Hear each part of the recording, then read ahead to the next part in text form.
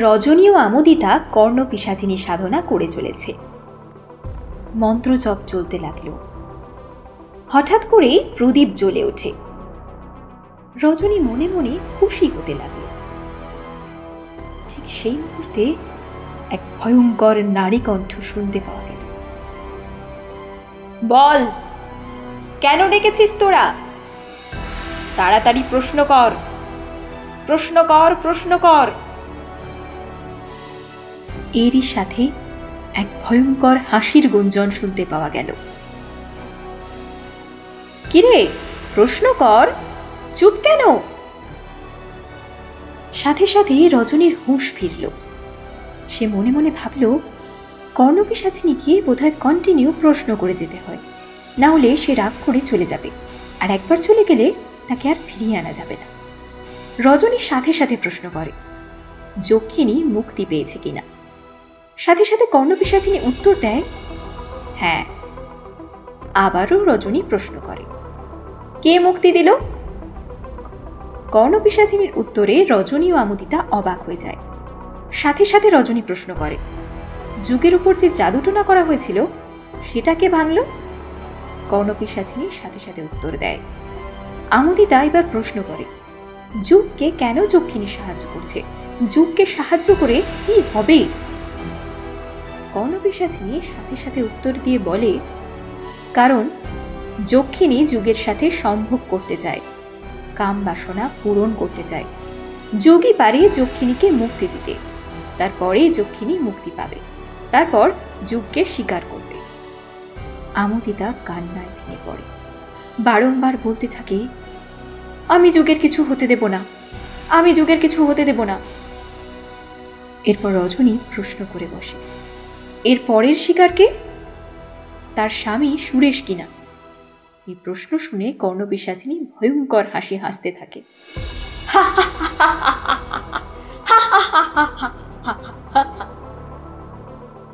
রজনী ভয় পেয়ে যায়, কারণ যত প্রশ্ন করবে তার শরীর থেকে শক্তি শোষণ করতে থাকবে কর্ণপিশাচিনী। তারপর ধীরে ধীরে রক্ত শোষণ করা শুরু করবে। পরক্ষণেই তার মনে পড়ল, কর্ণপিশাচিনী কেবল অতীত ও বর্তমানের কথাই বলতে পারবে, তাই তারা আর কোনো প্রশ্ন খুঁজে পাচ্ছিল। বারংবার কর্ণপিশাচিনী ভয়ঙ্করভাবে হাসতে থাকে। রজনীর হঠাৎ মেঝেতে পড়ে থাকা বন্দনার দিকে চোখ যেতেই তার প্রশ্ন মাথায় এলো, বন্দনা কি করে তাদের মনের কথা জানতে পারে? বন্দনার সাথে যক্ষিণীর ঠিক কি সম্পর্ক?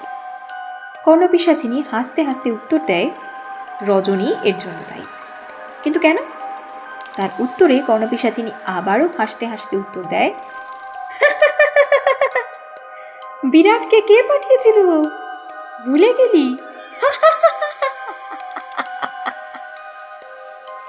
আমোদিতার সাথে সাথে প্রশ্ন করে বসে, বিরাটকে রজনী কি করেছিল? এই প্রশ্নে রজনী রেগে গেলেও এর উত্তর কর্ণপিশাচিনী দিয়ে দেয়, তার মাই বিরাটের উপর কালা জাদু করেছিল এবং গ্রেভিয়ার্ড কুঠিতে পাঠিয়েছিল। বন্দনা তো বারংবার মানা করেছিল কুঠিতে না যাওয়ার জন্য, কিন্তু বন্দনার জন্য বিরাট যেতে বাধ্য হয়েছিল, আর ফেরার পথেই যক্ষিণী তাকে স্বীকার করে ফেলে। রজনীকে ধীরে ধীরে আমোদিতা ভুল বুঝতে থাকে, তাদের মধ্যে কথোপকথন চলতে থাকে, আর রজনী আমোদিতাকে বোঝাতে থাকে। ঠিক সেই সময় কর্ণপিশাচিনী তাদের মধ্যে থেকে বলে ওঠে, তুই কি জানিস গ্রেভিয়ার্ড কুঠিতে বিরাটের সাথে কি হয়েছিল?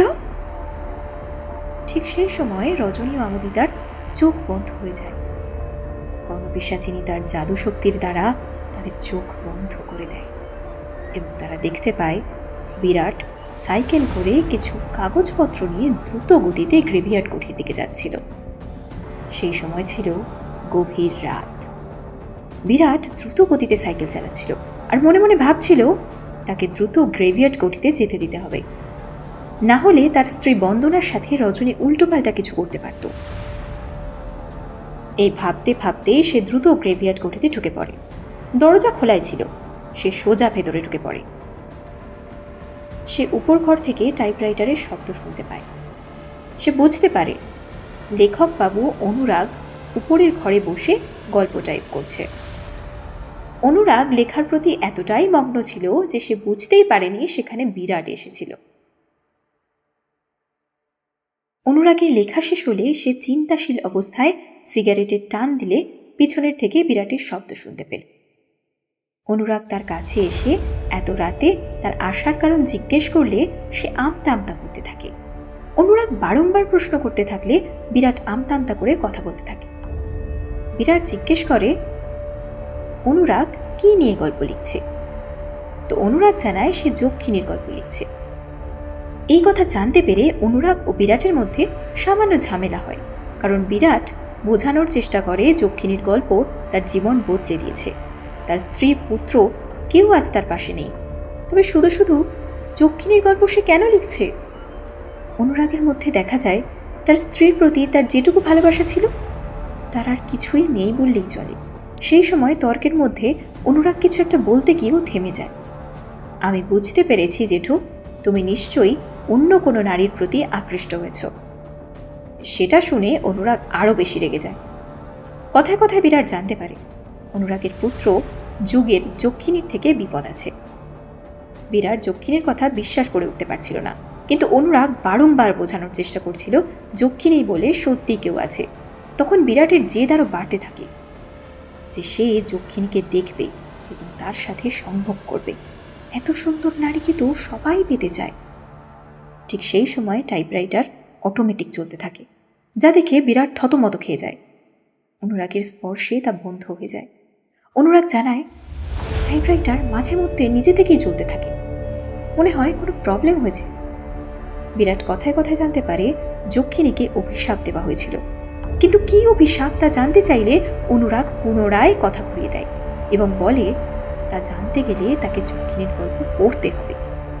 এরই সাথে অনুরাগও তাকে প্রভোগ করে বসে যে সে যক্ষিণীকে দেখতে চায় কিনা। বিরাট সাথে সাথে মজার ছলে ইতিবাচক উত্তর দিলে অনুরাগ জানায় যক্ষিণীকে পেতে গেলে তাকে কৃষ্ণই নদীতে যেতে হবে। আজ এমনিতেই অমাবস্যা, যক্ষিণীর শিকার তো চাই। তাই বিরাটকে সাবধানও করে দেয় যে যক্ষিণীর সাথে সাক্ষাৎ হলে তার মৃত্যু নিশ্চিত। কিন্তু বিরাট বিষয়টাকে বেশ মজার ছলে নেয়। সে কোঠি থেকে বাইরে বেরোতে যাবে, ঠিক সেই সময় অনুরাগ পিছন থেকে ডেকে বলে যে কারণে সে এসেছে সেটাই তো তার করা হলো না। বিরাট তার হাতে থাকা কাগজপত্রগুলোকে অনুরাগকে দিয়ে বলে এতে সাইন করতে হবে। অনুরাগ কিছু না ভেবে না দেখে একের পর এক পেজ উল্টে সাইন করতে থাকে। বিরাট একবার বলেছিল না দেখে সাইন কেন করছে।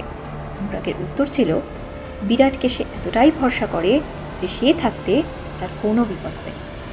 এই কথা শুনে মনে মনে বিরাটের গিল্টি ফিল হলো ঠিকই, কিন্তু রজনীর চাপে তাকে এগুলো আজ করতে হচ্ছে।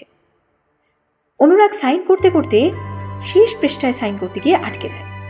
সে জানায় ওই পেজে সে কিছুতেই সাইন করতে পারবে না, কারণ সে গ্রেভিয়ার্ড কোঠিকে ছাড়তে পারবে না। গ্রেভিয়ার্ড কোঠি ছাড়া সে কিছু লিখতেই পারবে না। তার জীবনের সমস্ত কিছুই এখানে। মনে মনে বিরাট ভাবল সব পেপারে যখন সাইন করা হয়েছে তো এই একটা পেপারে সাইন করা না করায় কি এমন এসে যায়। তাই সে নমনীয় কণ্ঠে অনুরাগকে বিদায় জানিয়ে চলে যেতে গেলে অনুরাগ একবার বলেছিল তুই আমার ছেলের মতো, তোকেও আমি আমার ছেলের মতোই ভালোবাসি। তোর কি আজ যেতেই হবে? আজ এমনিতেই অমাবস্যা, যক্ষিণী অপেক্ষায় আছে শিকারের জন্য, তুই থেকে জানা বাবা। কিন্তু বিরাট এই সমস্ত কোনো কিছুকেই গুরুত্ব না দিয়ে সে কোঠির বাইরে বেরিয়ে আসে। এইটুকু দেখার পরই তাদের চোখ খুলে যায় এবং সাথে রজনী প্রশ্ন করে বসে বিরাটের মৃত্যুর জন্য সে দায়ী হয় কি করে? কর্ণপিশাচিনী হাসতে হাসতে উত্তর দেয় ওটা কিসের কাগজ ছিল, মনে নেই তোর? রজনী ঘাবড়ে যায়। ঠিক সেই সময় আমোদিতা প্রশ্ন করে বসে ওটা ওটা কিসের কাগজ ছিল? সেটা কিসের কাগজ ছিল আর তার সাথে বিরাটের মৃত্যুর কারণ কি, সেটা জানতে হলে চ্যানেলটিকে সাবস্ক্রাইব করে আমাদের পাশে থাকতে হবে। আর কমেন্ট বক্সে অবশ্যই লিখে জানাবেন যক্ষিণীর পর্বগুলি আপনাদের কেমন লাগছে। যক্ষিণীর পর্ব নিয়ে আসছি নেক্সট এপিসোডে। ভিডিওটি ভালো লাগলে লাইক করুন, শেয়ার করুন, চ্যানেলটিকে সাবস্ক্রাইব করতে একদম ভুলবেন না কিন্তু। ধন্যবাদ।